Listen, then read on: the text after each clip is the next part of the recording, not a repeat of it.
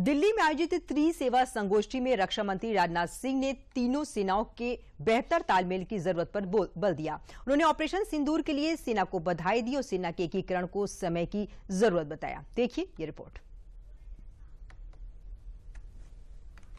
Operation सिंदूर को अंजाम दिया है, इसके लिए मैं आप सबको और तीनों सर्विसेज के अपने सेना के अधिकारियों और जवानों को मैं बधाई देता हूं। और यह ऑपरेशन इस बात का प्रमाण है, जब हमारी सेनाएं आपस में मिलकर काम करती हैं तो उनकी कंबाइंड स्ट्रेंथ कितनी बढ़ जाती है, यानी बड़ी से बड़ी चुनौती का भी मुकाबला करने में वह सक्षम हो जाती है और उस चुनौती पर विजय प्राप्त करती है।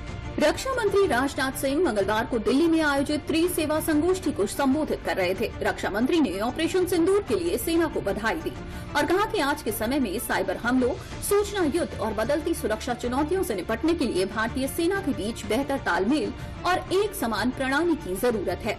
अगर हर सेना अलग अलग काम करेगी तो फैसला लेना मुश्किल हो सकता है। एकीकृत प्रणाली से सेनाओं का आत्मविश्वास भी बढ़ेगा। इन ऑपरेशन के दौरान भारत ने अपने एयर डिफेंस में ज्वाइंटनेस का एक जबरदस्त प्रदर्शन किया, जो डिसाइसिव था। इंडियन एयरफोर्स का integrated air command and control system यानी IACCS, जिसको इंडियन आर्मी के आकाश तीर और इंडियन नेवी के त्रिगुण के साथ सीमलेसली इंटीग्रेट किया गया।